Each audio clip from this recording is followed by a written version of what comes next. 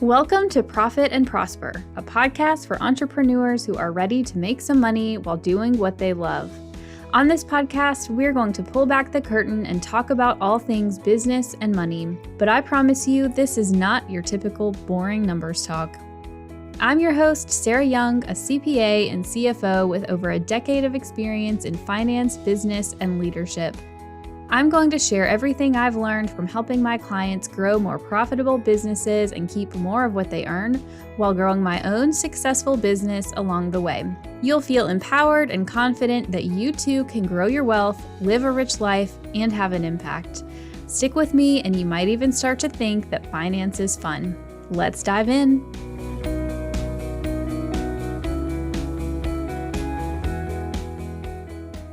What's up, y'all? Welcome back. This is episode 64 of the Profit and Prosper podcast, and I am going to do another CEO Diaries episode this week. So the last one I did was in early to mid-March, and I was feeling pretty rough back then. It was the height of tax season, and I was sick and just had a lot going on, and my energy was low, and I was just really feeling it. So I'm going to give you a little update on what is going on in Sarah Land and Young & Co. Land these days. So I feel like, in terms of energy, I feel like I have done a lot of things to help on that front. Although, things are certainly not, I would say they're not perfect yet. And one of the things I said in that last episode was that I was hoping when I came back and gave you an update that I would be not working as many hours and all of that. And I'm definitely not working the hours that I was during tax season. But I'm not down to the 30 hours that I would like to be at just yet. And the really interesting thing is that, I got out of tax season and it's almost like I just have developed this habit of sitting at my computer until the last possible second that I need to leave to pack up my bags and go home and, be with my family and eat dinner. And it's really hard to break. And, it's not like the things I'm doing now, there's no deadline. I feel like I'm just getting caught up from all the things that didn't happen during, Q1 because I was so busy. And so, it's something that I'm working on. And I've actually just started recently working with someone who specializes in nervous system stuff. I don't know what the correct terminology is, but I'm starting that process of just really diving into what's going on with my nervous system and ways to practice regulating my nervous system to make it easier for me so I don't have to fight my body so hard when I want to only work 30-hour weeks, when my brain and my body is telling me that it's not safe to work less. So it's all really interesting. And I'm excited to dive in. This is something where I've worked with life coaches, or not with life coaches, but in the life coaching programs. I've had business coaches, I've had health coaches, and I always just seem to come back to the same old thing of, it's just really hard for me to take care of myself because I prioritize working so much that it's just hard for me to step away from my desk. I'm very hopeful that doing some nervous system work will change that. And so I'm excited to come back. Hopefully in a couple more months, I will have a good update saying, all the things that I have learned and been able to implement from doing this work of regulating and also getting unblocked. So that is one big thing going on in my world now, is just working on that.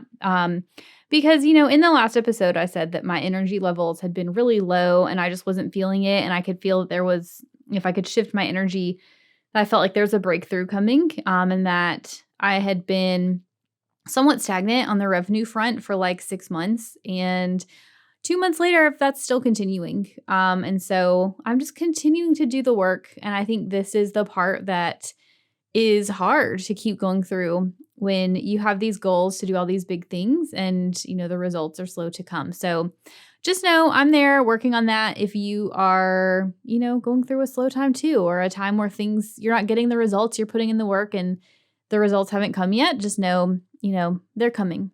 So a couple other things going on the back end. I know I just said that in terms of revenue, things have been somewhat flat. I'm grateful that we're maintaining the level that we're at. And, at the same time, I also, in the last couple of months, have crossed a couple of fun goals, or fun, not goals, but milestones. A couple episodes ago, I shared in my fire strategy episode that my husband and I realized that we could, sell the assets that we have and walk away with over $1 million in cash if we wanted to. And so that was a fun realization. This actually probably has been the case for several months now. I just didn't actually realize it because I don't track my net worth like that carefully anymore, just because we don't have debt or anything. But it's made me want to track it more because it's fun to see, $1 million+ in my net worth tracker. So that is a really fun goal. And it really has changed the way that I view what I'm doing in my business, knowing that while $1 million is not my retirement goal, it is enough where, if we wanted to, we could live a comfortable life, and I could, work part-time. My husband could just be working part-time. We could more than make ends meet. We could do great. And so it's really changing my perspective on what I will and won't do in my business, what I want to grow, all those things. And so it's been sort of fun to work through that. And I don't have all the answers yet, but I have some ideas and I'll talk about those. The other milestone that I literally just crossed like yesterday is that I have crossed $1 million in lifetime revenue. So since I started my business, really the start of 2019 is when I'm really like tracking my revenue. So since the start of 2019, I just crossed doing $1 million in total revenue. So the interesting part is, half of that, more than half of that has come since January 2022. So, we did $455K in revenue in 2022. And then this year have been at an average of like $50K a month through April. So what is that? $200K. So over half has come in the last year and a quarter, basically. So that's really interesting. It's just interesting to have crossed that mark. And I say that's interesting because I'm also at the same time continuing to try to detach myself from feeling a need to hit $1 million a year. And so it's definitely within the realm of possibility that we could hit $1 million in revenue in 2023. But I'm also trying to put my money where my mouth is, literally. And, I talk about not needing to hit vanity metrics to get what you want. So I've done the math over and over again. I know that I need to bring home, this much money per month to fund living expenses. I want to put $30K into investments this year. Then I have some other life upgrades that are nice to have things for life too. And so I can get all of those things without doing $1 million in revenue. And so I'm really trying to let it go a bit. That's something that has come up in the process of doing the nervous system work, is just this need to let go of the timeline and let go of the expectations and just let it come whenever it's ready to come or whenever I'm ready for it. So, I will probably do a breakdown soon about, $1 million in lifetime revenue, because I feel like that is something to celebrate, y'all. It's not $1 million a year, but that's a lot of money that I have made since doing this, and that my team and I have made. And so I'm just going to process my thoughts around that because it literally just happened yesterday. Like, we got some invoices out, got a new client signed.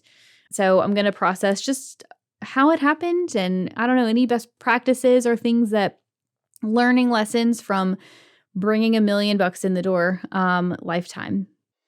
Are you ready to create a profitable business and use that cash flow as a fire starter for building your wealth? Since you're listening to my podcast, I'm guessing that you probably do, but maybe you aren't sure exactly how this would work for your business or if it's even possible for you. But listen, I am here to tell you that it is possible because I have worked with so many women business owners who have done exactly that. You can pay yourself a 6-figure CEO salary and get yourself out of the feast or famine cycle where you're worrying about cash flow all the time. You can create a profitable business model that allows you to outsource and delegate so you can take time off from your business while still growing to the next level. And you can use that cash flow to start building a 7-figure portfolio of retirement, real estate, or whatever else you're interested in. If you're an established online or service-based business owner who'd like some hands-on CFO support to increase your profit margins, build your business to the next level, and grow your net worth using that extra cash flow, then the Millionaire CEO Incubator is exactly for you. The Millionaire CEO Incubator is my signature 6-month group coaching and done-with-you hybrid program to help you map out and implement a plan to turn 6-figure cash flow into 7-figure wealth.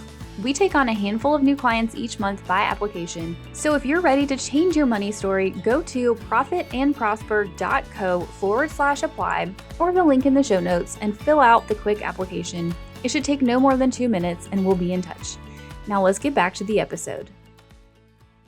So the other big things that have happened are that I've hired since March 2 new roles, and then have also had 2 team members who are part-time increasing their hours. And so my team is now at, I have to count every time I do this because I forget. We have 1, 2, 3, 4. We have 4 on the accounting side. We have now 2 people on the tax side. I feel like I'm missing one. 4 on the accounting side, 2 on the tax side, and then I have some other, like a VA, a fractional COO, like a couple other contractors here and there. But in terms of the operations team, that is where we're at there. And I'm now really with the tax team. That was one of the hires that I made, was a tax manager, somebody to like run the accounting team, like to run, not accounting team, the tax team, to run all things tax and be the point of contact, be the project manager basically for tax and make sure all that stuff gets out the door, because I don't need to be in the weeds of taxes anymore. And so I'm so pumped that she's there.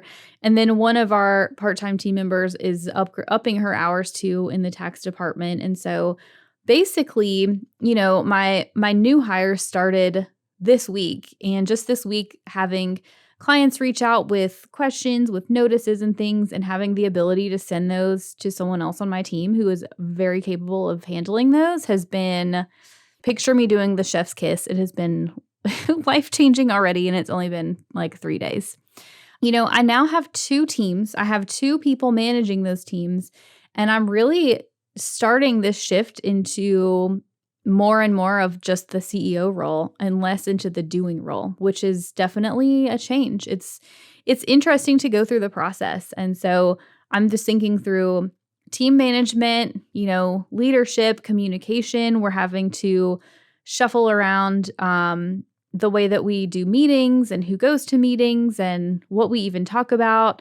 I'm starting like a monthly all hands meeting for everybody. And I'm going to be sharing more of our, business financials with them for transparency so that we can all know like what we're working on together basically. And they all have incentives that will be tied to some of the business metrics. I'm trying to always continue to upgrade the client experience too. That's a big ongoing project of mine. While, maintaining everything else we're doing, I just always want to be improving that because I think we have a really good renewal rate. I haven't done the math, but it is well over 90% in terms of renewals for clients. And so it's not like I'm upgrading the client experience to keep more people, because that's not an issue. I just always want to make it better. I want to keep upgrading, keep making things better for everybody involved. And so we're working on projects for, our client portal, client dashboards, and document storage. We're working on a feedback system to where we can send that out to our clients and get, monthly feedback of, hey, how are things, good or bad? And so that will tell us like, how many people are happy, how many people we need to touch base with to make sure that they're happy and see if we can fix anything. And these are things that will help me too with managing a team, because I can keep a better eye on things if I get feedback from clients. And another project along those same lines is something I am terrible at asking for client feedback, for asking for testimonials. But I think it's something that we really need to do just in order to bring in, continue to bring in the high caliber of client that we want. And so those are all of my projects that I'm hoping to be able to tackle during some of our downtime over the summer.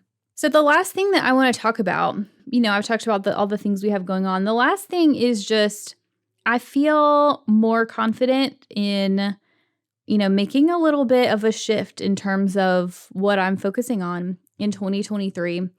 And so something that has been coming up for me the last couple months a lot is just, really thinking about what is it that I want to do for all the reasons I've talked about, for the financial reasons of not needing to have a business at all if I don't want to the energy reasons, like I just want to be able to do things that I want to do. And of course I want to like serve a need, which I think we do, but I also want to have fun doing it. And so something that has been coming up is this idea of playing a little bit. So this was in one of my sessions with the, working through nervous system stuff. And she's like, tell me the first word that comes to mind. Like, what do you need? And the first word that came to mind as I was working through some stuff was play. I was thinking about, what does that mean? It doesn't have to be like play outside or playing games or anything like that. But I think to me, it's more just like honoring this desire that I have to do more fun things and to test out new things and to be, I would say, even more like bold with the things that I say. Because when I think of the brand of Young & Co., like I don't necessarily want that to be spicy or bold or risque at all. I mean, I'm okay with a little bit, but like I don't want my, CFO and like tax firm to be risque. But I feel like there is going to be a shift, and I'm just going to call it now. I think that my plan will be to, have a more of a separation and build more of a brand for Young & Co. that's separate from me. And that's a shift that will, I think needs to come as a business grows, as the team grows beyond just me, where our clients coming in, like I want them to understand, like it's not just me anymore, it's me and my team. And there's probably, team members that people are going to talk to more than they talk to me. And that doesn't mean I'm not there, but it's just not all about working with me anymore. And so I see that being a shift that I make. And then, really thinking about my personal brand and what's the impact that I want to have on the world and how do I do that? Something I'm very passionate about is getting more wealth in the hands of women business owners, and, any other business owners who are not the traditional type, who have harder times like getting access to capital, who have harder times with growing a business and just resources and all of that. Like, that's really what I want to do. I think that's like world-changing level stuff. And so one of my goals is I have been working on tracking all of the savings and investments that my clients make from, CFO clients putting money into retirement or other investments they have, to in the Millionaire CEO Incubator. I ask them to fill out a savings form every month of just like, tell me what you put into your savings, because it is a goal of mine to help people save. My first goal will probably be $1 million, but ultimately I want it to be 100 million. And so that would be, I think it's like 1,000 business owners getting 100K a piece.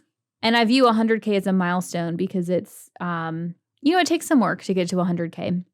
I think those are the right numbers of zeros. I always lose track of the zeros, but 1,000 business owners saving, investing 100K in terms of wealth. And so that is a goal of mine. And so, I'm just starting the process of like really thinking about, what do I want to do and how can I support people to do this outside of just the agency that I have. If that means building a coaching brand, having masterminds, having a membership, something like that, I don't know yet, but I'm exploring it because I want to have that open opportunity to play and to do more fun things. So that is it. That's what I've got going on now. And so I will plan to do another diary episode in 2 months or so. And, hopefully in 2 months, I have some more clarity around what this play looks like. And does it have an impact on my revenue? Does it have an impact on, the growth in my business? I think it will, but it's all just, things I'm going to test out, things we're going to have fun with. So that is all I've got for you today. This podcast episode was actually the last thing on my list today before I head out for a vacation. So I will go do that. I'm going to have a lot of fun, and I will see you back next week.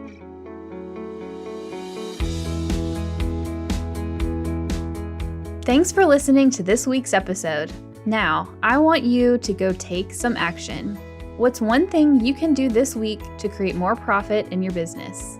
Send me a DM on Instagram at YoungCoCFO and share your action item with me. If you have a question or topic you'd like me to dive into, or if you're feeling empowered about taking charge of your finances, let's continue the conversation. Go to profitandprosper.co to submit a question or topic for me to talk about on the show. And because we all profit and prosper better with friends, please leave me a review on Apple Podcasts, subscribe wherever you listen, and share the episode. Make sure you tag me at YoungCoCFO on Instagram so I can give you some love, and I'll see you in the next episode.